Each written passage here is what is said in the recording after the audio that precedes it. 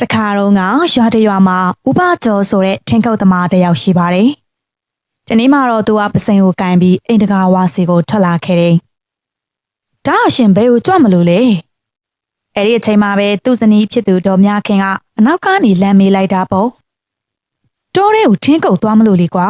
။ဒါဆိုရင်တော့ကျမလည်းရှင်းနဲ့အတူလိုက်ခဲ့ပါရစေ။ဟေးဒီနေ့မှဘက်နဲ့ဖြစ်ပြီးရုတ်တရက်ကြီးတိုးတဲ့ကိုလိုက်ချင်ရတာတော့ကွာ။တိုးတောင်ရဲ့ရှုခင်းတွေကိုလည်းမမြင်ရတာကြလို့လွမ်းနေတာပါရှင်အချိန်မရတာနဲ့မသွားဖြစ်ဘူးလေအခုရှင်သွားမယ်ဆိုတော့ကျမလည်းအတူလိုက်ရင်တောလေရအောင်လို့ပါရှင်ကထင်းခုန်နေတော့ကျမရေကန်ဆက်နားမှာထိုင်ပြီးတော့တောတောင်ရဲ့အလားကိုခန်းစားခြင်းလို့လေအေးပါကွာဒါဆိုလေသွားကြတာပေါ့မကြခင်မှာပဲသူတို့နှစ်ယောက်ဟာဒေါနက်ကြီးတွေကိုရောက်သွားကြပါတယ်ပဝင်းကျင်တစ်ခုလုံးကတစ်ပင်ကြီးတွေနဲ့အုံဆိုင်နေပြီးခြောက်ချစရာကောင်းလာပါတယ်ဥပကျော်နဲ့ဒေါ်မြခင်တို့ရေကန်တစ်ခုနားကိုရောက်သွားတဲ့အချိန်မှာပဲဒေါ်မြခင်ရဲ့အမြင်အာရုံတွေကိုရေကန်ဆက်မှထိုင်နေတဲ့လှပတဲ့မိန်းကလေးတယောက်ဝင်ရောက်လာခဲ့ပါတယ်။ဟင်ဒီလိုဒေါနဲ့ကြီးတယ်မှာဒီမိန်းကလေးကဘလို့များရောက်နေတာပါလေ။မသိပါဘူးကွာငါတို့တခါမှမတွေ့ဘူး။လာငါတို့သူ့ကိုသွားမေးကြည့်အောင်။ဒီလိုနဲ့သူတို့နှစ်ယောက်လည်းမိန်းကလေးထိုင်နေတဲ့နေရာကိုသွားလိုက်ကြပါတယ်။သမီးလေးကဘယ်သူလဲကွဒီနေရာမှာတယောက်တည်းဘာများလုပ်နေတာလဲကွကျမဒီနေရာကိုဘလို့ရောက်လာလဲဆိုတာကျမကိုကျမတော့မသိပါဘူးရှင်ဘာကိုမှလည်းမှတ်မိမနေတော့ဘူးဟေးဒါဆိုသမီးနာမည်ကရောဘသူလဲကျမနာမည်ကမနိစန္ဒာလို့ထင်ပါတယ်ရှင်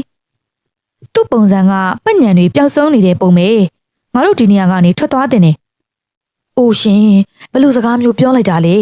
ေသူ့ကိုဒီအတိုင်းတယောက်တည်းထားခင်သူကမြဘလို့လုပ်မလဲတော်ရိုင်းတရိษံတကောင်ကောင်နဲ့တွေ့ရင်ဖြစ်ဖြစ်ရက်ဆက်တဲ့လူတယောက်ယောက်နဲ့တွေ့သွားရင်ဖြစ်ဖြစ်ဘလို့လုပ်မလဲရှင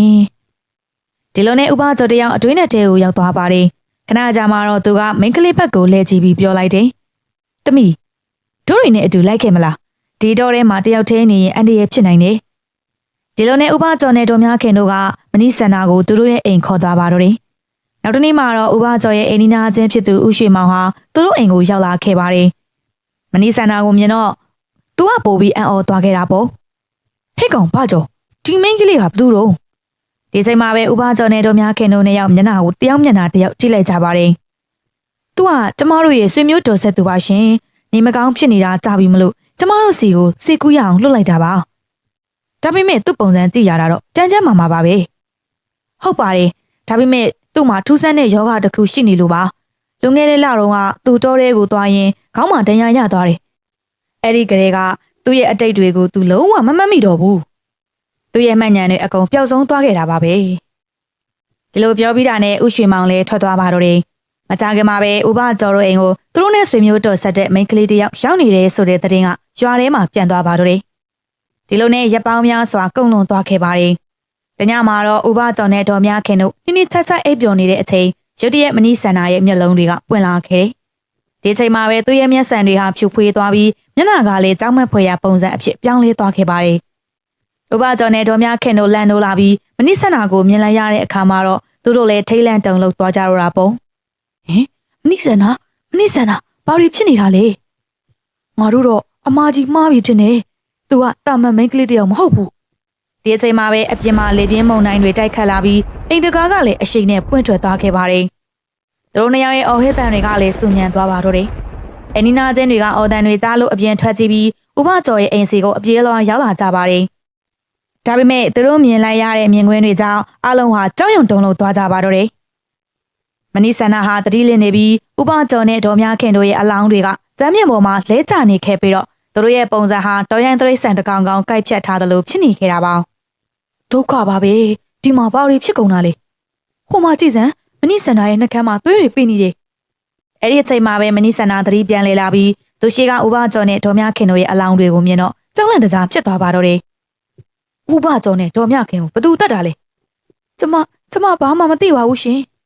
်မညာနဲ့အော်တန်တွေအကျယ်ကြီးကြားနေကြတာကိုနင်ဘာမှမကြားဘူးဆိုတာမဖြစ်နိုင်ဘူးတကယ်ပြောတာပါရှင်ကျမကိုယုံပါကျမတကယ်ဘာကိုမှမမှတ်မိလို့ပါအဲ့ဒီလိုနဲ့ဥရွှေမောင်ကကြောက်လန့်တကြားအလောင်းတွေကိုကြည်နေမိပါတယ်နောက်တစ်နေ့မှာတော့ဥပကျော်နဲ့ဒေါ်မြခင်တို့ရဲ့ဇာပနာကိုကျင်းပပြီးတဲ့နောက်ဥရွှေမောင်ဟာရွာတကြီးစီသွားရောက်ပြီးအကြောင်းစုံကိုပြောပြခဲ့ပါတယ် ကျွန်တော်တို့ဒီကိစ္စကိုဘလို့မှမတင်ကားဘူးဖြစ်နေတယ်။ဥပကျော်နဲ့ဒေါ်မြခင်ကိုတတ်တဲ့သူကမနိဆန္ဒပဲဖြစ်ရမယ်။ဘာပြောတယ်။ဟုတ်ပါတယ်ကျွန်တော်သူ့နှကမ်းမှာသွေးတွေပေးနေတာကိုကိုယ်တိုင်မြင်ခဲ့တာပါ။ပြီးတော့အလောင်းတွေရဲ့ပုံစံကလည်းသွေးဆုပ်ခံထားရတယ်လို့ပဲဗျ။ဒါပေမဲ့ကျွန်တော်တင်ကားမကင်းဖြစ်နေတာကိုသူ့ကိုတော့အတိမပေးခဲ့ပါဘူး။ဒီအတိုင်းဆိုရင်တော့ငါတို့ဘရင်မင်းမြတ်ထံကိုသတင်းပို့မှာဖြစ်မယ်။အဲဒီလိုနဲ့ရွာထဲမှာတော့ကြောင်ရွံမှုတွေဖြစ်ပွားနေခဲ့ပါတယ်။တစ်ဖက်မှာတော့ကေတဝါမျိုးရဲ့ဘရင်ကြီးဝီဇယာဟာနန်းတော်ဥယျာဉ်ထဲမှာလမ်းလျှောက်နေတော့အမတ်ကြီးရောက်လာခဲ့ပါတယ်။အရှင်မင်းကြီးအတွက်သတင်းကောင်းတစ်ခုပါလာပါတယ်ဖေ။ဘလို့သတင်းလဲအမတ်ကြီး။အရှင်မင်းကြီးသိတော်မူတဲ့အတိုင်းဝီဇယာကအတိုင်းပြည်ဟာကျွန်တော်မျိုးတို့ကေတဝါမျိုးထက်အများကြီးပိုကျယ်ပြန့်ပြီးအင်အားကြီးမားပါတယ်ဖေ။ဟုတ်တယ်လေငါကိုတော့သိတယ်။ဒါပေမဲ့ဒါကငါကိုတော့အတွက်ဘလို့သတင်းကောင်းဖြစ်မှာလဲ။ဝီဇယာကတိုင်းပြည်ကဆိုလာမဏိမင်းသမီးဟာအရှင်မင်းကြီးရဲ့သားတော်အာရိစမင်းသားကိုနှစ်သက်ပြီးလက်ထက်ထိမ်းများလိုပါတယ်တဲ့ဖေ။သူရဲ့ခမီးတော်ဘရင်ကြီးသူရိယကလည်းသူ့ရဲ့တင်ရဘောကိုလွတ်လပ်စွာရွေးချယ်ခွင့်ပေးထားပါတယ်။ဒီလက်ထက်ပွဲသာဖြစ်မြောက်ခဲ့ရင်ကျွန်တော်မျိုးတို့တိုင်းပြည်ရဲ့အင်အားနဲ့နေမြေချဲ့ထွင်မှုတွေကပိုပြီးတိုးတက်ကြီးပွားလာမှာပါ။ပြီးတော့ဆိုလာမဏိမင်းသမီးဟာအခုတောထဲမှာစခန်းချနေပြီးအာရိစမင်းသားနဲ့တွေ့ဆုံလိုပါတယ်တဲ့။ကျွန်တော်မျိုးကိုယ်တိုင်အဲ့ဒီကနေပြန်လာခဲ့တာပါဖေ။တိုးလေးမှာဟုတ်လားမင်းသမီးကိုငါတို့နန်းတော်မှာတဲ့ကူစီဖို့ကဘာများအခက်အခဲရှိလို့လဲကျွန်တော်မျိုးဖိတ်ကြားခဲ့ပါတယ်အရှင်မင်းကြီးဒါပေမဲ့သူကအရှင်မင်းကြီးရဲ့ချွေးမတော်အဖြစ်နဲ့မှနန်းတော်ထဲကိုဝင်ရောက်မယ်လို့ပြောပါတယ်ဖေ။ဒီလိုနဲ့ဘရင်ကြီးဟာဒီစကားကိုကြားတော့သဘောကျပြီးပြုံးတော်မူလိုက်ပါတယ်။အဲ့ဒီချိန်မှာပဲအာရိစမင်းသားရောက်လာခဲ့ပါတယ်။ခမင်းတော်ရဲ့မျက်နှာမှာဒီနေ့ကျမှဘာလို့ဒီလောက်ထူးထူးခြားခြားအပြုံးပန်းတွေဝေးစားနေရတာလဲ။အရေးကြီးတဲ့ဆွေးနွေးမှုတစ်ခုခုများအောင်မြင်ခဲ့လို့လား။ဟုတ်တယ်မင်းရဲ့အကြောင်းဆွေးနွေးနေတာအမတ်ကြီးကမင်းကိုဆိုလာမဏိမင်းသမီးစခန်းချနေတဲ့တောတွေကိုခေါ်သွားလိမ့်မယ်သူကမင်းနဲ့တွေ့ချင်နေတယ်တဲ့ဒါပေမဲ့သားတို့သူ့ကိုသဘောမကျရင်ရောငါကိုတော့ယုံကြည်ပါတယ်မင်းသူ့ကိုသဘောကျမှာပါသူရဲ့အလားတရားကအရက်လေးမျက်နှာမှာကြော်ကြားလာတယ်သူထက်သားလုံးနဲ့မင်းသမီးတစ်ပါးကိုမင်းရှာတွေ့မှာမဟုတ်ဘူးမကြခင်မှာပဲအာရိစမင်းသားဟာအမတ်ကြီးနဲ့အတူတောတွေကိုရောက်ရှိသွားခဲ့ပါတယ်အဲ့ဒီမှာယာယီတဲလေးတွေနဲ့စခန်းချထားပြီးစစ်တဲ့အချို့ကကင်းဆောင်နေကြတာပေါ့အမတ်ကြီးကမင်းသားကိုတဲတလုံးထဲကိုပို့ဆောင်ပြီးအပြစ်မှာပဲနေခဲ့ပါတယ်တဲရဲ့တွင်ထဲမှာတော့လာပတဲ့မိမပြိုတယောက်ထိုင်နေခဲ့ပါတယ်ကျမကဆိုလာမဏိမင်းသမီးပါရှင်ဟုတ်ကဲ့မောင်တော်သိပါတယ်ခမဲတော်ကပြောပြထားပါတယ်ကျမအရှင်မင်းသားနဲ့လက်ထပ်ချင်ပါတယ်မောင်တော်အနေနဲ့ကန့်ကွက်စရာမရှိပါဘူးဒါပေမဲ့စဉ်းစားဖို့အချိန်တော့နည်းနည်းလိုချင်ပါတယ်နှမတော်ရပါတယ်ရှင်ကျမတောထဲမှာအမဲလိုက်ရတာဝါသနာပါလို့ဒီတစ်ခေါက်လေအမဲလိုက်ပို့လာတာပါဒီမှာ3ရက်လောက်နေအောင်ပါအရှင်မင်းသားစဉ်းစားပြီးမှအဖြေပေးနိုင်ပါတယ်ဒါပေမဲ့တခုတော့မှတ်ထားပါကျမအရှင်မင်းသားကိုချစ်မြတ်နိုးပါတယ်အရှင်မင်းသားကသာကျမကိုကျင့်ရတော့အဖြစ်လက်ခံမယ်ဆိုရင်အရှင်မင်းသားကိုကျမဘယ်တော့မှစိတ်မညစ်စေရပါဘူးအဲ့လိုနဲ့မင်းသားဟာပြုံးရွှင်စွာပဲတဲတဲကထွက်လာခဲ့ပါတယ်ဆူလာမဏိမင်းသမီးကိုသဘောကျရဲ့လားအရှင်မင်းသားသူကရုပ်ရည်လာတယ်ဆိုတော့တန်တရားဖြစ်เสียရတော့မရှိပါဘူးဒါပေမဲ့အမတ်ကြီးလည်းသိတဲ့အတိုင်းကိုတော်ကအခုချက်ချင်းလက်မထက်ချင်းသေးဘူးကိုတော်ရဲ့နှလုံးသားကသဘောတူတဲ့မိန်းကလေးကိုပဲလက်ထက်မှာပါအဲ့ဒီချိန်မှာပဲအမတ်ကြီးရဲ့မျက်နှာကချက်ချင်းတင်းမာသွားခဲ့ပါတယ်ဒီလိုနဲ့ခဏကြာတဲ့အခါမှာတော့သူတို့လည်းနန်းတော်ကိုပြန်ရောက်လာခဲ့ကြပါတယ်နန်းတော်မှာတော့ဘရင်ကြီးရှေ့မှာရွာတကြီးနဲ့ဦးရွှေမောင်တို့ရောက်နေခဲ့ပါတယ်အရှင်မင်းကြီးကျွန်တော်မျိုးတို့ရွာထဲမှာကြောက်မက်ဖွယ်ရာဖြစ်ရတစ်ခုဖြစ်ပွားခဲ့ပါတယ်ဖေ။ဘာများအကြောင်းထူးလို့လဲ။မင်းညာကကျွန်တော်မျိုးတို့ရွာကဥပကျော်နဲ့ဒေါ်မြခင်တို့ရရဆက်ဆက်အသက်ခံခဲ့ရပါတယ်ဖေ။ငါကိုတို့ရဲ့တိုင်းပြည်ထဲမှာဟုတ်လား။ဘသူကများဒီလိုရက်ဆက်တဲ့လုပ်ရက်ကိုကျူးလွန်ရဲတာလေ။အရှင်မင်းကြီးဒါဟာလူသားတစ်ယောက်ရဲ့လက်ချက်မဟုတ်ပဲစုံမတကောင်ရဲ့လက်ချက်လို့ကျွန်တော်မျိုးတို့ယူဆပါတယ်ဖေ။လွန်ခဲ့တဲ့ရက်ပိုင်းကမဏိစန္ဒာလို့ခေါ်တဲ့သူတို့ရဲ့ဆွေမျိုးတစ်ယောက်သူတို့အိမ်ကိုရောက်လာပါတယ်။ပြီးတော့သူကမှတ်ညံပျောက်ဆုံးနေသူပါ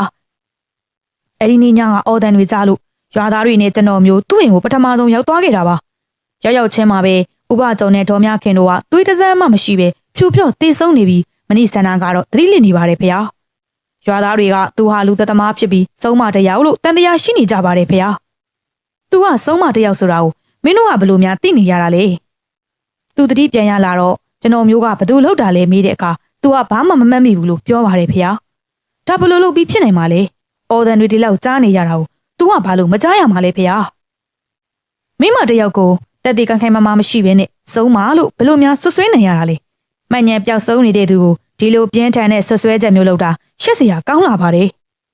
သားတော်ငါကိုတော်ရဲ့ပြည်သူတွေကိုသားတော်အနေနဲ့ဒီလိုပြောဆိုခွင့်မရှိဘူးခမီးတော်ရှင်းမယ်ခမီးတော်ဒီကိစ္စကိုသားတော်ကိုယ်တိုင်ပဲစုံစမ်းစစ်ဆေးကြပါလေသူကဆုံးမတစ်ယောက်ဖြစ်နိုင်နေဆိုတာကိုသားတော်တော့မယုံကြည်ပါဘူးကောင်းပြီလေမင်းကိုယ်တိုင်စုံစမ်းကြနေဆိုရင်လေစုံစမ်းပါဒါပေမဲ့တကယ်တရခန့်အစ်စ်ကိုခမီးတော်အမြန်ဆုံးလိုချင်နေသားတော်ကိုမနိဆန္ဒစီခေါ်သွားပေးပါသားတော်သူနဲ့တွေ့ချင်နေဒီလိုနဲ့သူတို့အားလုံးလည်းဥပကျော်ရဲ့အိမ်ကိုရောက်သွားကြပါတယ်အဲ့ဒီအချိန်မှာပဲမင်းသားအိမ်ထဲကိုဝင်သွားတော့မနိဆန္ဒဟာတောင်းတနေရာမှာငြိမ်သက်စွာထိုင်နေခဲ့ပါတယ်ကိုရောကအာဒိဆာမင်းသားပါမင်းနာမည်ကဘာတူလဲကျမနာမည်မနိဆန္ဒပါရှင်ဥပကျော်နဲ့ဒေါ်မြခင်ကမင်းရဲ့ဆွေမျိုးတွေဆိုသူတို့နဲ့ဘလို့များတောဆက်တာလဲသူတို့ကကျမရဲ့ဆွေမျိုးတွေမဟုတ်ပါဘူးရှင်လွန်ခဲ့တဲ့ရက်ပိုင်းကရေခမ်းဆက်မှာသူတို့နဲ့တွေ့ခဲ့တာပါသူတို့ကကျမကိုအိမ်ခေါ်လာပြီးသူတို့ရဲ့သမီးအရင်လိုစောင့်ရှောက်ခဲ့ကြပါတယ်ဒါပေမဲ့မင်းညကမနက်ခင်းမှာကျမနိုးလာတော့သူတို့ရဲ့အလောင်းတွေကကြောက်မက်ဖွယ်ရာပုံစံတွေနဲ့ဖြစ်နေခဲ့ပါတယ်ဒီကလူတွေကတော့ကျမသူတို့ကိုတတ်တယ်လို့ထင်နေကြတယ်အရှင်မင်းသားပဲစဉ်းစားကြည့်ပါကျမကိုသမီးအရင်လိုစောင့်ရှောက်ခဲ့တဲ့လူတွေကိုကျမဘယ်လိုစိတ်နဲ့တက်ရမှာလဲရှင်ဒါပေမဲ့ဒီကလူတွေကမင်းကသူတို့ရဲ့ဆွေမျိုးလို့ပြောကြတယ်တကယ်တော့သူတို့ကကျမရဲ့အမှန်တရားကိုဖုံးကွယ်ထားခဲ့တာပါကျမဘာလို့လဲဆိုတာကိုဒီကလူတွေမသိစေချင်ခဲ့ဘူးသူတို့ကကျမကိုတောထဲကနေခေါ်လာခဲ့တာပါတောထဲမှာမင်းကဘာလုပ်နေခဲ့တာလဲကျမအဲ့ဒါတွေဘာမှမမှတ်မိပါဘူးရှင်သူတို့နဲ့တွေ့ခဲ့တဲ့ရေကန်ကိုရောမှတ်မိသေးလားဟုတ်ကဲ့အဲ့ဒါကိုတော့မှတ်မိပါတယ်ကောင်းပြီငါ့ကိုအဲ့ဒီကိုခေါ်သွားပါငါကိုယ်တိုင်အဲ့ဒီနေရာကိုကြည့်ချင်တယ်ဒီလိုနဲ့သူတို့နှစ်ယောက်တောထဲကိုထွက်လာကြပါတယ်အဲ့ဒီအချိန်မှာပဲမနီးဆန္ဒကရေကန်တစ်ခုကိုလက်ညှိုးထိုးပြလိုက်တာပေါ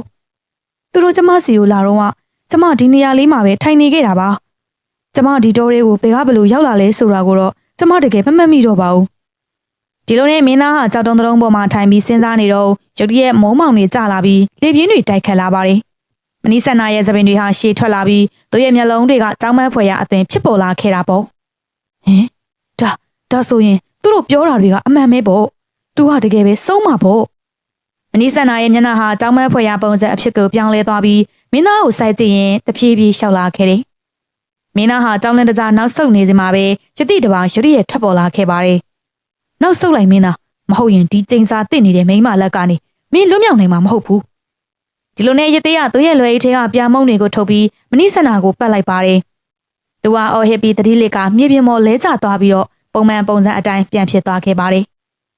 ်အရှင်ယတိသာအချိန်မီရောက်မလာခဲ့ရင်သူကျွန်တော်မျိုးရဲ့သွေးကိုတောက်တော့မှာပါဒီကလူတွေပြောစကားကိုကျွန်တော်မျိုးလစ်လူရှုခဲ့မိတယ်သူကတကယ်တော့ဆုံးမတစ်ယောက်ပါပဲဒီမိန်းကလေးကကျိန်စာတစ်နေတာပါကွယ်သူကဆုံးမမဟုတ်ပါဘူးပြီးတော့သူ့ရဲ့ကျိန်စာကိုဖြေလို့ရတယ်ဟင်ဒါဆို तू ကဘာတူလဲဒီကိုဘလို့လို့ပြီးရောက်လာတာလေဖေ။မကြခင်မှာသူကိုယ်တိုင်အားလုံးကိုပြန်မှတ်မိလာပါလိမ့်မယ်။အဲ့ဒီအခါကျမှပဲအမှန်တရားကပေါ်ပေါက်လာလိမ့်မယ်။ပြီးတော့မင်းကိုယ်တိုင်ဒီအမှန်တရားကိုရှာဖွေရမယ်။မင်းဟာကေတဝါမျိုးရဲ့အနာဂတ်ဘရင်ဖြစ်ပြီးမင်းရဲ့တာဝန်တွေကိုအခုကတည်းကထမ်းဆောင်တတ်ဖို့သင်ယူရမယ်။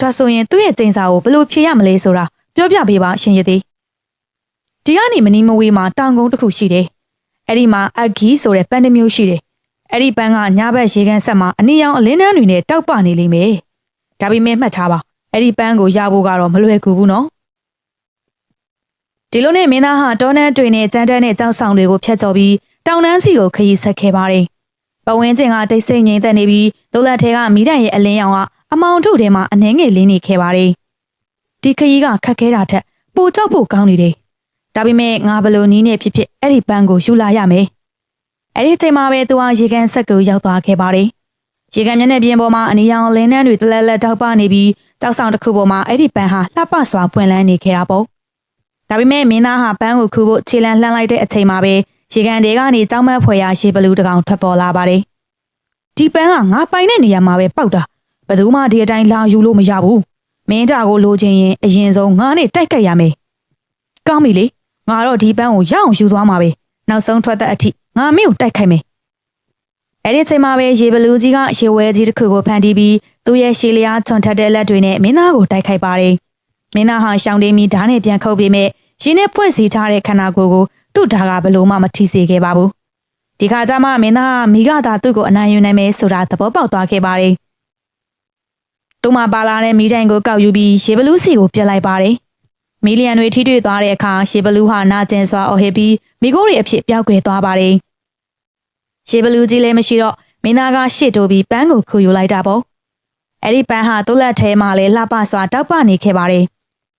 အခုဒီပန်းကိုယူပြီးရသေးစီကိုတွားရမယ်ဒီလိုနဲ့သူဟာနေမထွက်ခင်ပြန်ရောက်ဖို့တောင်ပေါ်ကနေအမြန်ဆင်းလာခဲ့ပါတယ်ဒီချိန်မှာပဲသူဟာရေကန်ဆက်ကိုပြန်ရောက်တဲ့အခါရသေးကိုမတွေ့ရတော့ဘူးတဲ့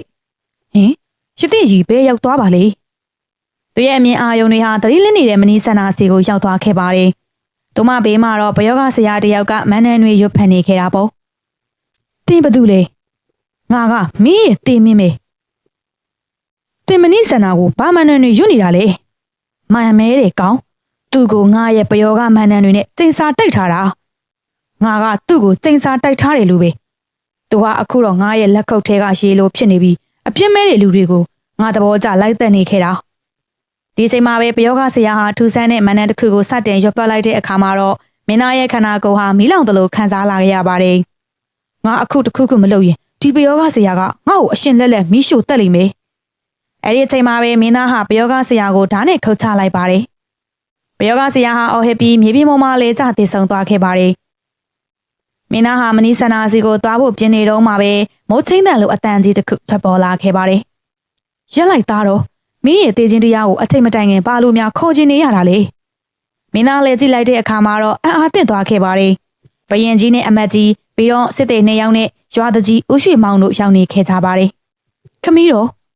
ကိုတော့ဘာမှမကြားချင်ဘူးရွာတကြီးနဲ့ဦးရွှေမောင်ကအားလုံးကိုပြောပြပြီးပြီမင်းမနီးဆန္ဒကိုစစ်မင်းနေတော့သူ့မျက်နှာကကြောက်စရာပုံစံပြောင်းသွားတယ်ဆိုအရှင်မင်းကြီးကျွန်တော်မျိုးတို့ဒီမှာတစ်စက္ကန့်လေးတောင်မနေသင့်တော့ပါဘူးမနီးဆန္ဒကိုနန်းတော်ခေါ်သွားပြီးအရှင်လက်လက်မီးရှို့တင်ပါတယ်ဆုံးမတယောက်ကိုမီးရှို့တက်ချင်းကသာအသင့်တော်ဆုံးပါပဲဖေဟာအဲ့လိုနဲ့ဘရင်ကြီးကမင်းသားစကားကိုလစ်လျူရှုပြီးမနီးဆန္ဒကိုနန်းတော်စီခေါ်ဆောင်သွားဖို့အမိန့်ပေးလိုက်ပါတယ်နန်းတော်ရဲ့တိတ်ဆိတ်ငြိမ်သက်နေတဲ့ခမ်းမဆောင်ကြီးထဲမှာဘရင်ကြီးကရာဇပလင်ပေါ်တင်းမာတဲ့ညနာနဲ့ထိုင်နေခဲ့တယ်အဲ့ဒီချိန်မှာပဲမနီးဆန္ဒဟာဖြည်းဖြည်းချင်းတတိပြန်ရလာပြီးအံ့အားသင့်စွာနဲ့အားလုံးကိုလှည့်ပတ်ကြည့်နေခဲ့တာပေါ့အရှင်မင်းကြီးသူတတိယလာပါပြီဖေဟာသူဆုံးမပုံစံမပြောင်းခင်အခုချက်ချင်းတက်ပြစ်တင်ပါတယ်ဖေဟာဘာတွေပြောနေတာလဲအမတ်ကြီးခမီးတော်ရောအမတ်ကြီးရောကျွန်တော်မျိုးပြောတာကိုနားမထောင်ကြဘူးအတိတ်ပဲမရှိတာတွေမပြောနဲ့သားတော့အမှန်အတိုင်းပြောစမ်းမင်းသူ့ကိုရေကန်ဆက်ခေါ်သွားတော့သူကြောက်စရာပုံစံပြောင်းသွားတာမဟုတ်ဘူးလာ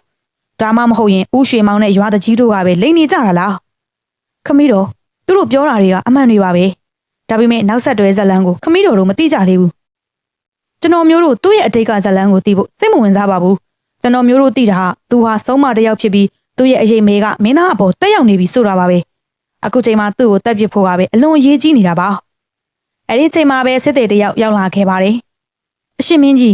းဝိဇ္ဇာကအတိုင်းပြည်ကဆိုလာမဏိမင်းသမီးလေးနန်းတော်ကိုရောက်ရှိလာပါတယ်ဖေဟာဘယင်ကြီးစကားမဆုံးခင်မှာပဲဆိုလာမဏိမင်းသမီးကိုယ်တိုင်ခမဆောင်တဲ့ကိုဝင်လာခဲ့ပါတယ်သူမရဲ့အကြည့်တွေဟာမနီးဆန္ဒဘော်ကိုကြားရောက်သွားတဲ့အခါမှာတော့မျက်နှာပေါ်မှာထူးဆန်းတဲ့အပြုံးတစ်ခုပေါ်လာခဲ့တယ်ကျမအချိန်မှပြီးရောက်လာသလိုပဲနော်မင်းသမီးလေးတိထားဖို့ကတော့သူဟာဆုံးမတစ်ယောက်ဖြစ်ပြီးအရှင်မင်းကြီးကသူ့ကိုအရှင်လက်လက်မိရှုတတ်တော့မှာပါကျမကတောထဲမှာအမိတ်လိုက်လေးရှိတော့ဒီလိုဆုံးမတွေနဲ့ကြုံဘူးပါတယ်ခွင့်ပြုမယ်ဆိုရင်ကျမကိုယ်တိုင်ပဲသူ့ကိုမိရှုပြီးတတ်ချင်ပါတယ်မင်းရဲ့ရဲရဲမှုကိုငါကိုယ်တော့သဘောကျတယ်အခုတော့ငါရဲ့သားတော့သဘောတူတူမတူတူမင်းနဲ့ငါသားကိုမဖြစ်မနေလက်ထပ်ပေးတော့မဲကွတော်တော့ပါပြီသားတော်အားလုံးကိုပြောပြဖို့စူးစမ်းနေတာကိုဘသူကနားမထောင်ချင်ကြဘူးမနီးဆန္ဒဟာဆုံးမဟုတ်မဟုတ်ဆိုတာမနီးဆန္ဒကိုယ်တိုင်ပဲဖော်ထုတ်ပါလိမ့်မယ်မင်းသားဟာသူ့ရဲ့အိတ်ထဲကအဂိပန်းကိုထုတ်လိုက်ပါတယ်အဲ့ဒီပန်းကိုမြင်တော့ဆူလာမနီနဲ့အမတ်ကြီးတို့ရဲ့ညနာတွေဟာချက်ချင်းစွတ်လို့ထိတ်လန့်တုန်လှုပ်သွားကြပါတယ်မင်းသားအချိန်မဆွဲပဲပန်းကိုမနီးဆန္ဒပေါ်ပစ်လိုက်ပါတယ်ပန်းဟာသူမရဲ့ခန္ဓာကိုယ်နဲ့ထိတွေ့လိုက်တဲ့အခါမှာတော့သူမရဲ့အုံနောက်ထဲကိုအသိဉာဏ်တွေဟာပြန်လေဝင်ရောက်လာခဲ့ပါတော့တယ်အရှင်မင်းကြီးဒီဆုံးမကိုအမြန်ဆုံးမိရှုတက်လိုက်ပါတော့ဖေဟာဘာတခုံးမှထပ်မပြောနဲ့တော့အမတ်ကြီးကျမအားလုံးကိုပြန်မှတ်မိသွားပြီကျမဆုံးမတရားမဟုတ်ဘူးဘာလို့အတိတ်ပဲမရှိတာတွေပြောနေတာလဲအတိတ်ပဲမရှိတာမဟုတ်ပါဘူးအရှင်မင်းကြီးကျွန်တော်မျိုးမဟာဆုံးမမဟုတ်ပါဘူးကျွန်တော်မျိုးမကဝိဇ္ဇာကတိုင်းပြည်ရဲ့မင်းသမီးမနိဆန္ဒမင်းသမီးပါဒါကိုကြားလိုက်ရတော့ဘယင်ကြီးနဲ့မင်းသားလေးတို့လည်းအံ့အားသင့်သွားကြပါတော့တယ်မင်းဘာတွေပြောနေတာလဲဝိဇ္ဇာကတိုင်းပြည်ရဲ့မင်းသမီးကဆူလာမဏိလေဆူလာမဏိကမင်းသမီးမဟုတ်ပါဘူးကျွန်တော်မျိုးမကသာမင်းသမီးပါလွန်ခဲ့တဲ့ရက်ပိုင်းကအမတ်ကြီးကကျွန်တော်မျိုးမတို့နန်းတော်ကိုလာပြီး အာရိစမင်းသားကကျမကိုလက်ထက်ချင်တယ်တဲ့ပြီးတော့လက်မထက်ခင်တစ်ခေါက်တွေ့ချင်တယ်လို့ခမီးတော်ကိုလာလျှောက်ပါတယ်ခမီးတော်ကကျွန်တော်မျိုးမကိုအမတ်ကြီးနဲ့ထည့်လိုက်ပါတယ်ဒါပေမဲ့သူကကျွန်တော်မျိုးမကိုတော်ရဲကဂူးပြတ်ထဲခေါ်သွားခဲ့တယ်အဲ့ဒီအချိန်မှာဆိုလာမနီပေါ်လာပြီးသူ့မျက်နှာဟာရုတ်တရက်ကြောက်စရာကြီးဖြစ်သွားခဲ့တယ်ကျမဘာမှမသိလိုက်ခင်မှာပဲပယောဂဆရာတယောက်ပေါ်လာပြီးကျမကိုသူ့ရဲ့မော်ပညာနဲ့တတိလစ်သွားအောင်လုပ်လိုက်တယ်ကျမမျက်လုံးတွေပြန်ဖွင့်တော့ရေခဲဆက်မှရောက်နေပြီးမှတ်ဉာဏ်အားလုံးပျောက်ဆုံးနေခဲ့တာပါပဲဒီလိုနဲ့ဘရင်ကြီးကဒါကိုစားပြီးအံ့ဩမှင့်သက်သွားခဲ့ပါတယ်ဆိုလာမနီရဲ့မျက်နှာဟာကြောက်စရာပုံစံကိုပြောင်းလဲသွားခဲ့ပါတယ်ဟဲ့မိုင်မဲတွေဘရင်သူပြောတာတွေအားလုံးအမှန်ပဲအခုအမှန်တရားပေါ်သွားပြီဆိုတော့ငါပြောတာကိုနားထောင်လိုက်အေးဟုတ်တယ်ငါကဆုံးပါပဲငါကနင်းရဲ့သားနဲ့လက်ထပ်ပြီးမိဖုရားဖြစ်လာတဲ့အခါလူတိုင်းကိုငါစိတ်ကြိုက်တက်စားပစ်ဖို့ကြံစီခဲ့တာအဲ့ဒီအချိန်မှာပဲအမတ်ကြီးကကျေလောင်စွာရှီမောလိုက်ပါတယ်သူပြောတာမှန်တဲ့အရှင်မင်းကြီးကျွန်တော်မျိုးကအရှင်မင်းကြီးကိုတိုက်ရိုက်တိုက်ခိုက်ရင်ဘရင်မဖြစ်နိုင်လို့အမောင်စွမ်းအားတွေရဲ့အကူအညီကိုယူခဲ့တာမင်းသမီးအစ်စ်ကိုဒီခေါ်လာပြီးပယောဂဆရာနဲ့ကျိန်စာတိုက်ခိုင်းပြီးတော့ဒီဆုံးမကိုမင်းသမီးအဖြစ်အရှင်မင်းကြီးတို့ရှေ့ကိုပို့ခဲ့တာပဲဘာဖြစ်လို့လဲဆိုတော့အရှင်မင်းကြီးတို့နှစ်ပါလုံးမင်းသမီးအစ်စ်ကိုတခါမှမမြင်ဘူးဆိုတာကျွန်တော်မျိုးသိလို့ပဲငါနားလေသွားပြီဒါဆိုငါတက်ခဲ့တဲ့ပယောဂဆရာကမင်းအပေါင်းပါပေါ့ဟုတ်တယ်သူကငါအပေါင်းပါပဲဒါပေမဲ့အခုတော့သူဟာငါအတွက်အသုံးမဝင်တော့ဘူးငါအကြံစီကအခုတော့သူ့ကြောင့်ပျက်စီးသွားပြီမင်းတို့အားလုံးကိုအခုပဲအဆုံးသက်ပြေးရတော့မယ်ဟဲ့ဆုံးမဘာကြောင့်ကြည့်နေရလဲသူတို့အားလုံးကိုအဆုံးသက်လိုက်တော့ဒီချိန်မှာပဲရောင်စုံလင်းနှန်းတွေကြားကနေရတိကြီးပေါ်လာခဲ့ပါတယ်သူကမန်နန်တွေကိုရွတ်ဖတ်လိုက်တဲ့အခါမှာတော့အမတ်ကြီးနဲ့ဆိုလာမနီတို့ဟာမီးလောင်ကျွမ်းပြီးနောက်ဆုံးမှာတော့ပြားအဖြစ်ကိုရောက်ရှိသွားခဲ့ပါတော့တယ်အမန်တရားပေါ်ပေါက်သွားပြီးမနိစန္ဒာမင်းကြောက်ရွံ့စရာမလိုတော့ဘူးဒါပေမဲ့ကျွန်တော်မျိုးမအပြစ်မဲ့တဲ့လူနှစ်ယောက်ကိုတတ်ခဲ့မိတယ်ဒါကြောင့်ကျွန်တော်မျိုးမကိုဘယ်တော့မှခွင့်လွှတ်နိုင်မှာမဟုတ်ပါဘူးရှင်မဟုတ်ပါဘူးမနိစန္ဒာရဲ့မင်းကအပြစ်ကင်းစင်ပါတယ်ကောင်းပြီငါကိုရောမင်းကိုရောရဲ့ချွေးမတော်အဖြစ်လက်ခံမယ်ဒီလိုနဲ့ရန်နေငယ်ကြတဲ့အခါမှာတော့ခန္ဓာထေဝါလာတဲ့မင်္ဂလာဆောင်အခမ်းအနားတစ်ခုနဲ့အတူမနိစန္ဒာမင်းသမီးနဲ့အာရိစမင်းသားတို့ရဲ့လက်ထပ်ပွဲကိုကျင်းပခဲ့ပြီးနောက်ဆုံးမှာတော့သူတို့နှစ်ယောက်ဟာပျော်ရွှင်စွာနဲ့အသက်ထက်ဆုံးနေထိုင်ပေါင်းတင်သွားကြပါတော့တယ်